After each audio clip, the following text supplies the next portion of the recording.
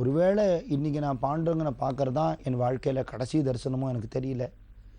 அதனால் ஒரு முறை அனுமதிங்கோ, கையில் விலங்கோடையே உள்ளே போய் நான் சுவாமியை பார்த்துட்டு வந்துடுறேன், அதுக்கப்புறம் என்னை கூட்டின்னு போய் என்ன பண்ணுறதோ பண்ணிக்கோங்கன்னுட்டார். எங்கே மரியாதையோடு வாழ்ந்தாரோ அந்த ஊரில் எல்லாரும் பார்க்கும்படியாக கையில் விலங்கிட்டு கூட்டின்னு போகிறா. மகான்களை பொறுத்தவரையில் மான அவமானம் பார்க்க மாட்டான். புரந்தரதாசர் மான அபிமானவு நின்னதே எனக்கேனுன்னு பாடினார். நான் உன் பொறுப்பில் இருந்தால் எனக்கு வர்ற அவமானம் உனக்கு, எனக்கு வர்ற புகழ் உனக்கு அப்படிங்கிற பாவனையில் இருக்கிற மகான்கள் இல்லையா. விலங்கிட்டு கூட்டின்னு போகிறா. பண்டரிபுரத்துக்கு வந்தார். ஜனங்கள்லாம் பார்த்து பரிதாபப்படுறா. நமக்கு ஆகாரம் கொடுத்து நமக்கு தானியம் கொடுத்தவருக்கா இந்த நிலைமேன்? யாரால் ராஜாங்கத்தை எடுத்து என்ன பண்ண முடியும்? கோவிலுக்குள்ளே போய் பாண்டவங்களோட சரணத்தை கட்டிண்டு அழுதார். எனக்கு இப்படி ஒரு கதி ஆயிடுத்தேன்னு அழுதார். இல்லை, அப்புறம் எது நடக்கிறதோ அது உன் சங்கல்பம். ஒருவேளை நான் போய் எனக்கு மரண தண்டனை கூட கிடைக்கலாம், இல்லை சிறைச்சாலையில் போட்டு வெளியில் வர முடியாத பண்ணலாம், அங்கேயே நான் மாண்டு போகலாம்.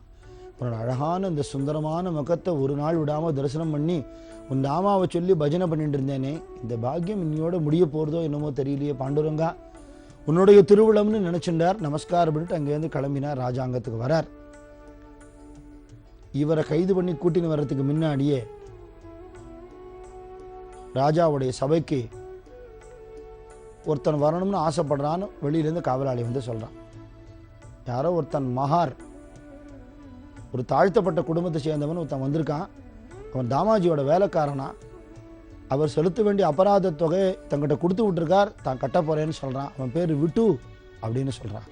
விட்டு மகார், மகாருங்கிறது குலம், விட்டு மகார்னு சொல்கிறான். அப்படியா? அவர்கிட்ட பணம் இல்லைன்னு தானே தகவல், அதனால தானே கைது பண்ணி கூட்டின்னு வர சொல்லியிருக்கேன். கைது பண்ணி கூட்டின்னு வராங்கிற தகவலும் எனக்கு தெரிவிக்கப்பட்டுடுத்தே. இது என்ன ஆச்சரியமாக இருக்குது. சரி வர சொல்லுன்னா உள்ள வந்தார். அந்த விட்டு கருப்பாக ஒரு எளியவனாக, தாமாஜி பந்த் ஐயா என்னை அனுப்பிச்சார், உங்களுக்கு செலுத்த வேண்டிய அபராதம் இது இருக்கு. அந்த பையை திறந்து நாணயங்களை கொட்டுறான். அந்த பைக்கு கொள்ளாத அளவுக்கு குவியறது நாணயங்கள். செலுத்த வேண்டிய அபராதத்துக்கு மேலே இருக்கும் போல இருக்கே அப்படிங்கிறார். இல்லை ஐயா கொடுத்துட்டு வர சொன்னார். சரி இதை வரவில் வச்சுக்கோ, அவர் வந்துன்னு இருக்கார் இல்லையா, நம்ம விசாரிச்சுக்கலாம், எனக்கு ரசீது வேணும்னா. அவர் தான் வராரு, உங்கள் எஜமான, அவர்கிட்ட கொடுத்து விடுறேன், எனக்கு அது தெரியாதுங்க, நான் ரசீது வாங்கிட்டு வர சொன்னாங்க, ரசீது கொடுங்கோங்கிறான். சரின்னு அந்த ஓலையில் தாமாஜி பந்த் செலுத்த வேண்டிய முழு அபராத தொகை பெற்றுக்கொண்டதின் எழுதி ராஜாங்க முத்திரை போட்டு ராஜாங்கத்தில் கொடுத்தா. அதை வாங்கி கொண்டு அந்த விட்டு மகார் போயிட்டான். செத்த கழித்து தாமாஜி பந்த் உள்ள அழிச்சுன்னு வரப்படுறார். அவர் விலங்குலேருந்து விடுவிச்சிருங்கோ, அவர் கைது பண்ணி கூட்டின்னு வரக்கூடாது, அவர் அரசாங்க அதிகாரிங்கிற மரியாதையோடு வரணும், அபராதம் செலுத்தி ஆச்சுன்னா. அவருக்கு ஒன்றுமே புரியல. அபராதம் செலுத்துறதுக்கு தான் எங்கிட்ட அவ்வளோ பணம் இல்லையே, யார் எனக்காக செலுத்தினா? எனக்காக யாரோ பரிதாபப்பட்டிருந்தா கூட அவ்வளோ பணம் செலுத்துகிற அளவுக்கு வசதி உள்ளவா யாருமே எனக்கு தெரியலையேன்னு. உங்கள் வேலைக்காரன் தான் வந்தானா விட்டு மகார் அப்படிங்கிறார். ஆச்சரியப்படுறார். ஏன்னா விட்டு மகார்னு ஒருத்தன் இருக்கான் நிஜமாவே. அவளுடைய வேலை செய்கிற இடத்துல அவள் பண்ணையில் ஒருத்தன் இருக்கான். விட்டு மகார்ன்ட்டு அவ்வளோ பணம் எங்கேருந்து வந்தது, அவன் எப்படி செலுத்த முடியும்னு ஆச்சரியப்படுறார். பாண்டவங்களோட லீலை தான் நினச்சிட்டார். ஆனால் அவனை ஊருக்கு போய் விசாரிக்கணும். ஏதுடா அவனுக்கு இவ்வளோ பணம், எனக்காக நீ கொண்டு போய் செலுத்தும்படியா உனக்கு யார் சொன்னா அப்படின்னு கேட்கணுங்கிற எண்ணம். ராஜ மரியாதையோடு அவரை அனுப்பிச்சு வச்சான். கைது பண்ணி கூட்டின்னு போனவா மரியாதையோடு அனுப்பிச்சு வச்சான். திரும்பியும் பண்டரிபுரம் வழியாக வரத்த பகவான் வேண்டிட்டு தானே போனோம், தலை தப்பிக்குமோன்னு இருந்த நிலைமை என்ன, மரியாதையோடு இப்போ அனுப்பிச்சு வைக்கிறாளே பாண்டுரங்க, அவன் கருணையே கருணைன்னு நினச்சிட்டார். திருப்பி சன்னதிக்குள்ளே போனார். அங்கே பூஜை பண்ணுற அந்த பட்டாச்சாரியாளுங்கிறவாள் அவள் படுவேன்னு சொல்கிறா, தமாஜி நீங்கள் செலுத்த வேண்டிய அபராத தொகை பெற்றுக்கொண்டேன்னு ராஜாங்க முத்திரை போட்ட அந்த ரசீது பகவானுடைய திருமேனியில் இருக்குது, பகவானுடைய ஸ்ரீமூர்த்தி விக்கிரகத்தில் இருக்குது, எப்படி வந்ததுன்னு தெரியலையேங்க. எப்படி இங்கே வந்திருக்கும்? விட்டு மகார் வாங்கிட்டு வந்து இங்கே போட்டுட்டானா? போட்டால் கூட சுவாமிகிட்ட எப்படி போச்சு? ஒரே குழப்பம். ஒருவேளை பகவானே போயிருப்பாரோ, எனக்காக என்னோட வேலைக்காரன்னு சொல்லிட்டு இவரே போயிருப்பாரோ? அந்த அளவுக்கு நான் என்ன பக்தி பண்ணிட்டேன், எனக்கு என்ன தகுதி இருக்குது, ஒன்றும் புரியலையே நினச்சேன். பாண்டுரங்க நம்மட்டு சிரிப்பு சிரிக்கிறான். காலை கட்டின்னு அழுதார். 33 கோடி தேவதைகளும் உனக்கு வேலைக்காராப்பா, நீ எனக்கு வேலைக்காரன்னு சொல்லிண்டியா, எது நிஜம்னு தெரியலையே, நான் ஊருக்கு போய் விட்டுமகாரை பார்த்து தீர்மானம் பண்ணுறேன் அப்படின்னு அந்த ரசீது எடுத்துட்டு நேரம் ஊருக்கு வந்தார். விட்டுமகாரை கூப்பிட்டு அனுப்பிச்சார். விட்டுமகார் வந்தான். ஏண்டா நான் செலுத்த வேண்டிய அபராதத்தை நீ செலுத்தினியான்னு. எனக்கு அவ்வளோ பணம் ஏதுங்க சாமிங்கிறான். என்கிட்ட இல்லையே, நான் போகவே இல்லைங்க. கண்ணில் தாரதாரியாக ஜலம் வந்துடுது.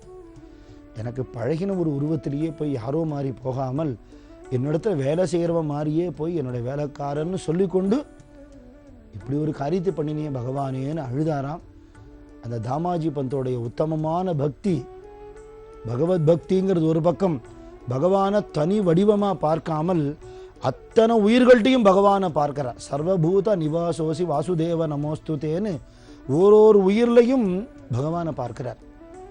வள்ளலார் சொல்றார், எத்துணையும் பேதமுறாது எவ்வுயிரும் தம்முயிர் போல் எண்ணி அப்படிங்கிறார். அது மாதிரியான ஒரு பாவனை இருந்தால் அவளுக்கு பகவான் எந்த சேவையும் பண்ண காத்துன்னு இருக்கான்னு நிரூபணம் பண்ண திவ்ய சரித்திரம் அவரோடது. இந்த ஏகநாதர் பாடியிருக்கார். தாமாஜி சாபாவ பாகுனி ஸ்ரீஹரி அநாமிக நிர்தாரி ஸ்வயே ஜாலா தாமாஜிச்சா பாவ பாகுனி ஸ்ரீஹரி. தாமாஜியோட பாவம், அவருடைய உள் உணர்வை பார்த்து பகவான் என்ன பண்ணினான்? அநாமிக நிர்தாரி, ஒரு ஊர் பேர் தெரியாத யாரோ ஒருத்தன் போற எளியவன் போல போய் ஸ்வயே ஜாலா, குபேரா நீ போய் கொடுத்துட்டு வா, அக்னி நீ போய் கொடுத்துட்டு வா, வாயு நீ போய் கொடுத்துட்டு வா, இந்திரா நீ போய் கொடுத்துட்டு வா, பிரம்மதேவா நீ போய் கொடுத்துட்டு வான்னு சொன்னா போகிறதுக்கு ஆளா இல்லை, தானே வந்தார் தன் பக்தனுக்கு சேவை பண்றதுக்கு.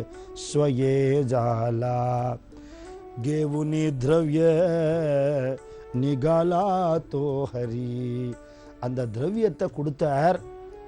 அந்த திரவியம்ங்கிறது பகவானுடைய அளவில்லாத கருணை. இவா கட்ட வேண்டிய அபராதம் தான் கட்டி பண்ணினார் சுவாமி. அங்க ஐயா சலாம் அப்படின்னு சொல்லணும் இல்லையா, அது ஜோஹார் அப்படின்னு சொல்லுவா. அது மாதிரி சலாம் போட்டாராம் பகவான். ஜோஹார ஜோஹார கரி பாத்ஷாஹே, பாதுஷா ராஜாவை பார்த்து அப்படி வணக்கம் போட்டாராம். திரவிய தேவுனி யார சீத கேதலி, திரவியத்தை கொடுத்து ரசீது பெற்றுக்கொண்டார்.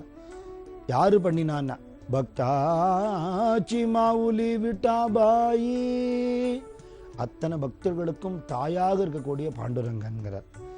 எழுதினவர் சாமானியப்பட்டவர்ல, அவர் வீட்டிலேயே பாண்டுரங்கன் 12 வருஷ காலம் வேலை பார்த்திருக்கான்.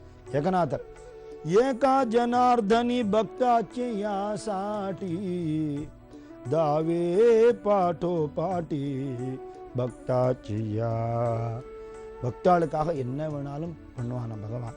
என்ன சொல்றானா, என் பாட்டை நீ பாடுற, உன் பாட்டை நான் பாடுறேங்கிறான பகவான்.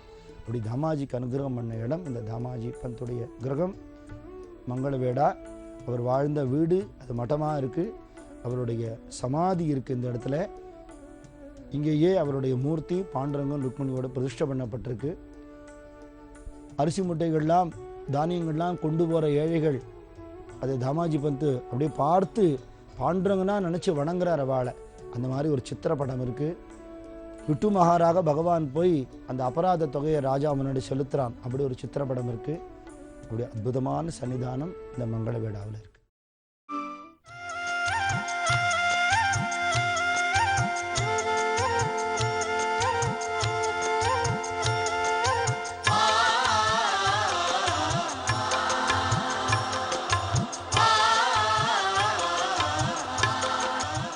தாமாஜி பந்த் தரிசனம் பண்ணிட்டு நாம கோபாலபுரி போகிறோம். கோபாலபுரியில் ஆஷாடி கார்த்திகை வார்க்கரி யாத்திரைங்கிற பாத யாத்திரை பண்ணுற பக்தர்கள், அதாவது ஆடி மாதம் கார்த்திகை மாதத்தில் பாடிக்கொண்டு ஆடிக்கொண்டு நடந்து பன்றிபுரம் போகக்கூடிய பக்தர்கள் இந்த கோபால்புரிங்கிற இடத்துல எல்லோரும் ஒன்று சேர்ந்து கோபால் காலா உற்சவம் நடத்துவா. ஞானேஸ்வர மகாராஜ் காலத்திலேருந்து, அதாவது பக்தர்களுக்குள்ள பேதமில்லை, நாமெல்லாம் ஒன்றுன்னு காட்டக்கூடிய அந்த உற்சவம். இந்த கோபாலபுரியில் ருக்மிணியுடைய தாயார் தகப்பனார் சன்னதி இருக்குது, நாரத முனிவர் சன்னதி இருக்குது, அழகான கோபாலகிருஷ்ணனுடைய சன்னதி இருக்குது. ஒரு கட்டுக்கோவிலான மலை மேலே அது இருக்குது. அங்கே ஜனாபாய் சன்சார் அப்படின்னு ஒரு சன்னதி இருக்குது. அவள் பயன்படுத்தினதாக சொல்லப்படுகிற கச்சட்டிகள்னு சொல்லுவாள், கருச்சட்டிகள் அதெல்லாம் இருக்குது. பாண்டுரங்கன் அவளுக்காக மாவரைச்சு கொடுத்ததும் சாணியை கொண்டு வந்து வரட்டி தட்டுறதுக்கு உதவி செஞ்சதையும் விவரிக்கிற சித்திர படங்கள் இருக்குது. அப்புறம் பாதாளத்தில் பூமிக்குள்ளே அப்படி இறங்கி உள்ளே போனால் ஒரு அழகான பாண்டுரங்கன் சன்னதி, அவரை ஜனாபாய் வணங்கின்னு இருக்காப்புல ரொம்ப அழகான ஒரு சிலை பார்க்கலாம். அதுக்கு மேலே ஒரு துளசி மாடம் மாதிரி வச்சு ஒரு நினைவு சின்னம் போல் எழுப்பியிருக்கா. பன்றிபுரத்துக்கு பக்கத்திலே இருக்கிற இடம், அவசியம் தரிசனம் பண்ண வேண்டிய இடம். பத்மாலயா தீர்த்தம்ங்கிற இடம் இது. தன்ய தன்ய ஹே நகர பூவைகுண்ட பண்டரபூர. ரொம்ப பிரசித்தமான அபங்கம் இது. நாமசங்கீர்த்தனம் பண்ணுற பாவதாளுக்கு எல்லாருக்கும் தெரியும் இந்த பாட்டு. அதில் பண்டரிபுரத்தில் இருக்கிற விசேஷமான இடங்கள் எல்லாத்தையும் பானுதாசர் சொல்லிகிட்டே வரார். பானுதாசர் யாருன்னா மகான் ஏகநாதரோட கொள்ளு தாத்தா. அவர்தான் பிரதிஷ்டானபுரத்தில் இருந்தவர், பாண்டவனோட பேரருளுக்கு பாத்திரமானவர். ஹம்பியில் ஆட்சி பண்ணி கொண்டிருந்த ராமராஜனுங்கிற ராஜா அம்பாள் உபாசகன். அம்பாளோட கிருப்பையினால் பாண்டுரங்கனோட தரிசனமும் கிடச்சிது. அந்த பகவான் அவன் எடுத்துன்னு போயிட்டான் ஹம்பிக்கு. அந்த சுவாமியை திருப்பியும் அங்கேருந்து தன் பக்தினால் கூட்டின்னு வந்தவர்.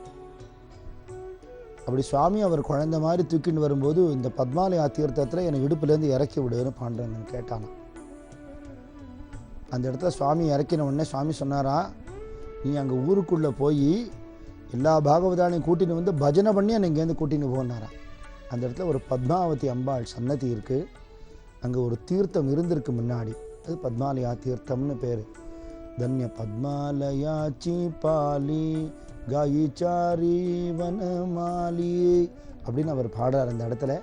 அங்கிருந்து பக்தாள்லாம் ஆடி பாடி பாண்டவன் அழிச்சுன்னு போனால் அந்த இடம் பத்மாலயா தீர்த்தம். தன்ய பத்மாலயாச்சி poly தன்ய பத்மாலயாச்சி poly தன்ய பத்மாலயாச்சி poly தன்ய பத்மாலயாச்சி poly காயிச்சாரி Vanamali காயிச்சாரி Vanamali காயிச்சாரி Vanamali காயிச்சாரி Vanamali காயிச்சாரி Vanamali காயிச்சாரி Vanamali धन्य पंढरीचा वास धन्य पंढरीचा वास धन्य पंढरीचा वास. மாவுலி ஞானேஸ்வர் மகாராஜ் பாண்டுரங்க பக்தி சம்பிரதாயத்துடைய ஆணி வேர். இவர் தான் அஸ்திவாரம்னு சொல்லலாம். இந்த உலகத்தில் 21 வருஷமே தன் சரீரத்தோடு நடமாடினவர். பிறந்த நாளிலிருந்து வாழ்க்கையில் துக்கமே பார்க்கும்படியாக வாழ்க்கை அமைஞ்சது. ஆனால் எல்லா துக்கத்தையும் முழுங்கி ஏப்பம் விடக்கூடிய ஒரு பக்தி இருந்தது வாழ்க்கை. நிவர்த்திநாதர் பரமேஸ்வரன் அவதாரம், ஞானதேவர் பாண்டுரங்கன் அவதாரம், சோபானதேவ் பிரம்மாவோட அவதாரம், முக்தாபாய் அம்பிகையோட அவதாரம். இந்த 4 தெய்வ குழந்தைகளும் இந்த ஆலந்தி க்ஷேத்திரத்தில் பிறந்து இந்த ஆலந்தி க்ஷேத்திரத்திலேயே வளர்ந்து இந்த ஊர்லேயே ஜனங்களால் ஏற்றுக்கொள்ளப்படாமல் அவமானப்படுத்தப்பட்டு பின்னாடி மனம் மாறி இந்த ஊர் ஜனங்களை ஏற்றுக்கொண்ட அளவுக்கு உத்தம பக்தி பண்ணி இந்த ஊர்லேயே ஜீவ சமாதியும் ஆகி ஞானேஸ்வர் இன்னைக்கு அங்கே இருந்துருக்கார். இந்த ஜீவ சமாதி அது சித்தேஸ்வரர் அப்படிங்கிற பரமேஸ்வரன் கோவில்லையே இருக்கு. அங்கே ஸ்வர்ண பிம்பள் அப்படிங்கிற ஒரு மரம். அந்த மரத்தை தான் ஞானேஸ்வரருடைய தாயார் ருக்மணி பாய் ஒரு நாளும் பிரதட்சணம் பண்ணுவா. 108 பிரதட்சணம் தினம் பண்ணுவா. பண்ணி அங்கே சித்தேஸ்வரருக்கு ஜலம் விட்டு அபிஷேகம் பண்ணி பிரார்த்தனை பண்ணினா, என்ன சொல்லாமல் கொள்ளாமல் சந்நியாசம் வாங்கிட்டு என்னை விட்டு போன என் கணவர் எனக்கு திருப்பி கிடைக்கணுங்கிற ஒரு பிரார்த்தனை. அந்த பிரார்த்தனையோட பலத்தினாலே எங்கேயோ காசியில் இருந்த ஞானேஸ்வருடைய தகப்பனார் விட்டல் பந்த், அப்போ இந்த குழந்தைகள்லாம் பிறக்கலை, அங்கிருந்து திருப்பியும் வந்து இவளோடு சேர்ந்து வாழும்படியாக பாக்கியம் ஏற்பட்டது. யார் சந்நியாசம் கொடுத்தாரோ அந்த குருவே இந்த ஆலந்திக்கு வந்திருந்தார். அவரை வணங்கும்படி சந்தர்ப்பம் ஏற்பட்டு அவர் ஆசீர்வாதம் பண்ணி நிலைமையெல்லாம் புரிந்து கொண்ட சூழ்நிலையில் திருப்பியும் அவரை அனுப்பிச்சு என்னுடைய ஆணைப்படி நீ அவளை கல்யாணம் பண்ணி கொண்டு குடும்பத்தில் இரு, உனக்கு பகவான் அவதார புருஷனாக உனக்கு பிறப்பார் அப்படின்னு அனுகிரகம் பண்ண. அப்படி நிவர்த்திநாதர், ஞானதேவர், சோபான் முக்தாபாயெல்லாம் பிறந்தார். இதுக்கு காரணமான ஸ்வர்ண பிம்பள் மரம் ருக்மிணி பிரதட்சணம் பண்ணினது. ஞானேஸ்வரருடைய ஜீவ சமாதி இருக்கக்கூடிய கோவில். இந்த இடத்துல இறங்கிறதுக்கு முன்னாடி, அந்த சமாதி குழிக்குள்ளே இறங்கிறதுக்கு முன்னாடி தன் கையில் இருந்த ஒரு கைத்தடியை நட்டுட்டு ஞானேஸ்வரர் உள்ளே இறங்கினார். அந்த கைத்தடி ஒரு விருட்சமாக வளர்ந்துடுத்து. ஒரு உயிரில்லாத ஒரு மரக்கட்ட தடியை உயிருள்ள மரமாக தளிர்க்க வைக்கிற ஞானதேவா, எங்கள் மனசுலையும் பக்தி துளிர்க்கும்படியாக பண்ணுன்னு பக்தாளெலாம் பிரார்த்தனை பண்ணுறா. இது என்ன மரம்னு யாருக்குமே தெரியாதான். அதனால் அஜான விருட்சம், அன்னோன் ட்ரீன்னு பேர். என்ன மரம்னு யாருக்கும் தெரியாது. இது ஒரு தாவர இயல் அதிசயம், பொட்டானிக்கல் ஒண்டர்னு சொல்லக்கூடிய அந்த அஜான விருட்சம். இதோட வேர் உள்ளுக்குள்ளே போய் மாவுலி ஞானேஸ்வர் மகாராஜ் மேலேயே பட்டுன்னு இருக்குங்கிறது ஐதீகம். அங்கே உட்காந்து ஞானேஸ்வரிங்கிற பகவத்கீதா வியாக்கியானம் அவர் பண்ணினது அதை பாராயணம் பண்ணுவா, ஹரிப்பாட்டு பாராயணம் பண்ணுவா. அந்த மரத்தையே கட்டிண்டு வழிபடுவா, அவரையே தொடர்றது போல.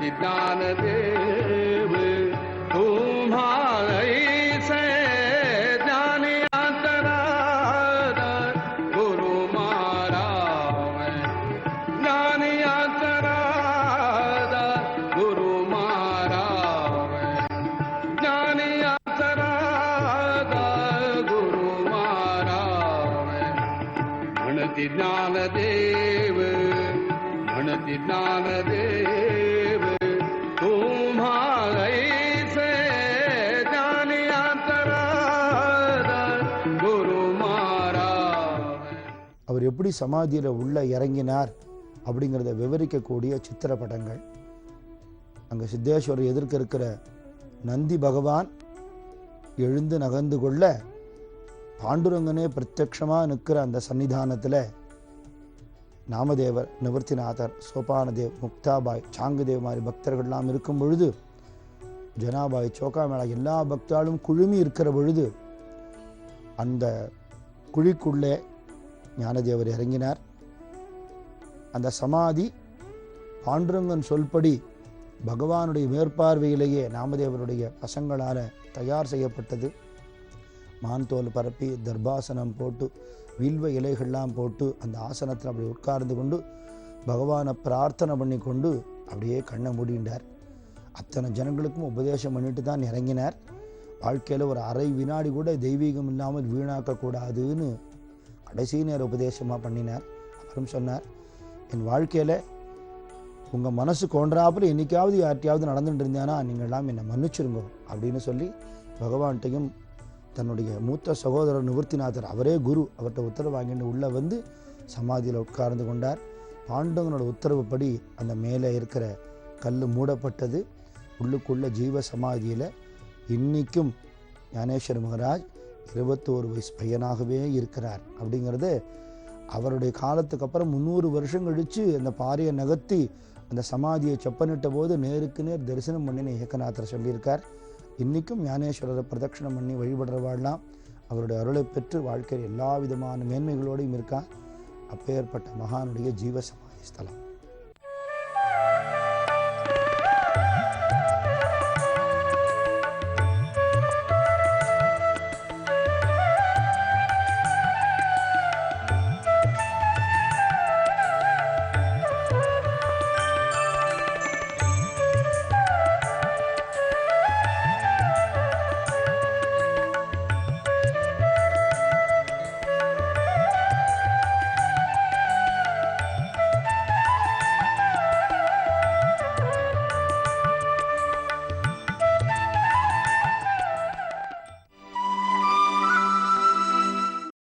ஞானேஸ்வர் மகாராஜ் வாழ்ந்த இடம்.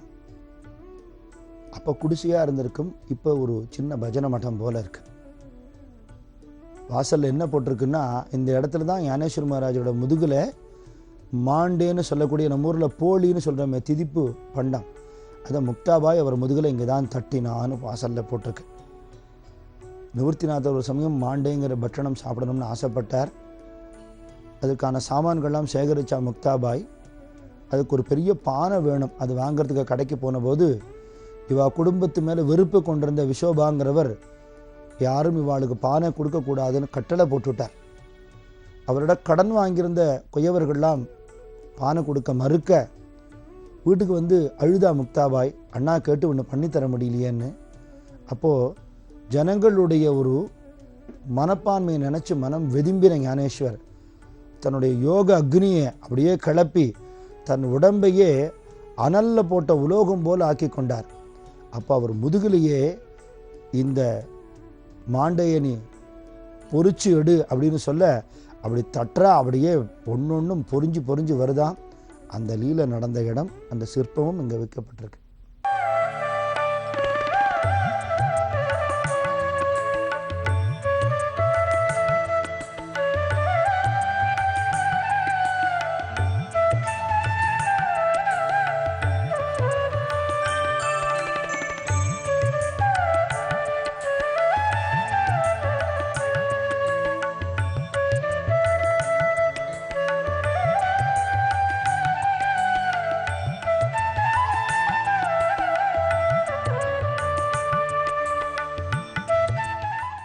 ஆயிரத்தி 400 வருஷம் வாழ்ந்த சாங்குதேவ் அப்படிங்கிற சித்தர்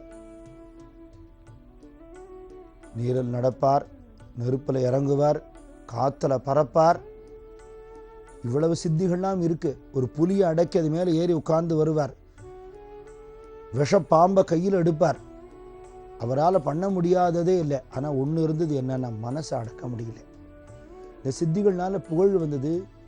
புகழ்னால சுற்றி அவரை துதிபாடக்கூடிய கூட்டம் வந்தது. ஆனால் மன அமைதி வரல. அப்போ பகவானே இந்த ஊரில் அவதாரம் பண்ணியிருக்காருன்னு தெரிஞ்சு கொண்டு இங்கே வந்தார். ஞானதேவரை பார்க்க வர்றதுக்கு முன்னாடி அவரோட மேன்மையெல்லாம் கேள்விப்பட்டார். ஆனால் சின்ன பையனாச்சே அப்படின்னு மனசில் நினச்சி கொண்டு ஒரு கடிதம் எழுதி அவருக்கு அனுப்பணும்னு நினச்சார். கடிதம் எப்படி ஆரம்பிக்கிறதுன்னு தெரியல. ஞானேஸ்வரருக்கு நமஸ்காரம்னு ஆரம்பிக்கலாமா? சின்ன பையன், அப்படி எழுதக்கூடாது. ஞானேஸ்வரருக்கு ஆசீர்வாதம்னு எழுதலாமா? சின்ன பையனாக இருந்தாலும் ஒருவேளை பகவானோட அவதாரமாக இருந்துட்டா தப்பாக போயிடுமே. யோஜனை பண்ணி வெறும் ஓலையை கொடுத்து விட்டார் சிஷ்யன்ட்ட. இவா 4 பேரும் நிவர்த்திநாதர், ஞானதேவர், சோபான், முக்தாபாய் ஒரு மண் குட்டிச்சவத்து மேலே உட்கார்ந்துட்டு இருக்கா. இந்த ஓலை கொடுக்கப்பட்ட போது இதை பார்த்துட்டு சிரிக்கிறா. என்னென்ன 1400 வருஷம் தபசு பண்ணினாரே, அதோட பலன் இந்த வெத்து ஓலையான்னு சிரிக்கிறாளாம். அப்படின்னா என்ன அர்த்தம்னா, இதனால கண்ட பலன் ஒன்றுமே இல்லை, வெறும் மாயாஜாலம் தானே. சாங்குதேவ் 65 ஸ்லோகத்தில் வேதாந்த விளக்கம் கொடுக்கிறார் ஞானதேவர். இதை கொண்டு போய் அந்த சிஷ்யன் அவர்கிட்ட கொடுத்தா அவருக்கு குழம்புறது. எனக்கு இது ஒன்றுமே புரியலையே அப்படின்னார்.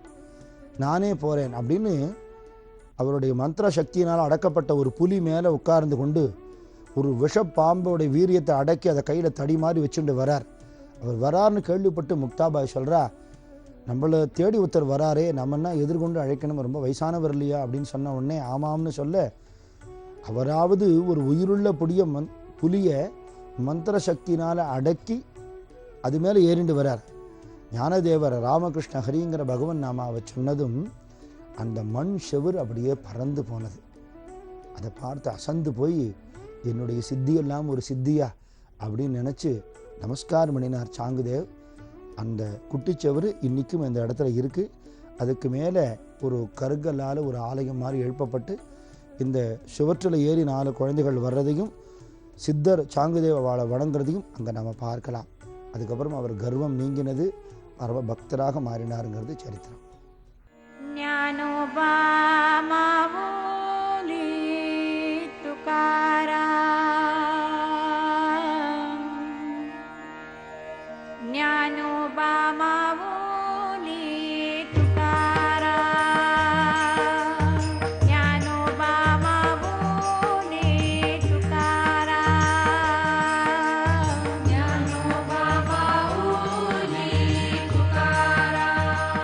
தேகு அப்படிங்கிற கிராமம். துக்காராம் மகாராஜ் பாண்டுரங்க பக்தாள்லேயே ரொம்ப உன்னதமானவர். ஜகத்குரு துக்காராம்னு தான் சொல்கிறா அவரை. அவர் அவதாரம் பண்ண ஸ்தலம் இது. 42 வருஷ காலம் வாழ்ந்த பூமி இது. பாண்டுரங்கனை நேருக்கு நேர் பிரத்யட்சமாக பார்த்தவர். அவ ஆத்திர குழந்தை மாதிரி பகவான் விளையாடி இருக்கான். இந்த இந்திராயணி நதி இருக்கே, இது ரொம்ப பவித்திரமான நதி. ஸ்நான கரிதா இந்திராயணி முக்தி லாகலி சரணின்னு அபங்கத்தில் யார் இந்திராயணி நதியில் ஸ்நானம் பண்ணினாலோ அவளுடைய சரணங்களில் முக்தி தேவதை இருக்கான்னு சொல்கிறா. முக்தி அடையிறதுக்கு இவா பிரயத்தனம் பண்ணுவனா அது இவா காலடியில் இருக்குங்கிறா. அவ்வளவு பவித்திரமான, அதாவது மகாபிரிவா சொல்கிறா, மகாம குளத்தில் வந்து குளிச்சா புண்ணியம்னா அழுக்கா இருக்கேன்னு நினச்சிட்டான்னா மனசு சரியில்லைன்னு அர்த்தமா. நல்லா சுத்த ஸ்பட்டிகமாக ஸ்விம்மிங் பூல் மாதிரி இருந்ததுன்னா வெள்ளக்காரன் கூட குளிப்பான் பெரியவா சொல்கிறா. அழுக்காக இருந்தாலும் இது புண்ணிய நதின்னு யார் குளிப்பான்னா யாருக்கு பாவம் இருக்கோ அவள் குளிப்பாங்க.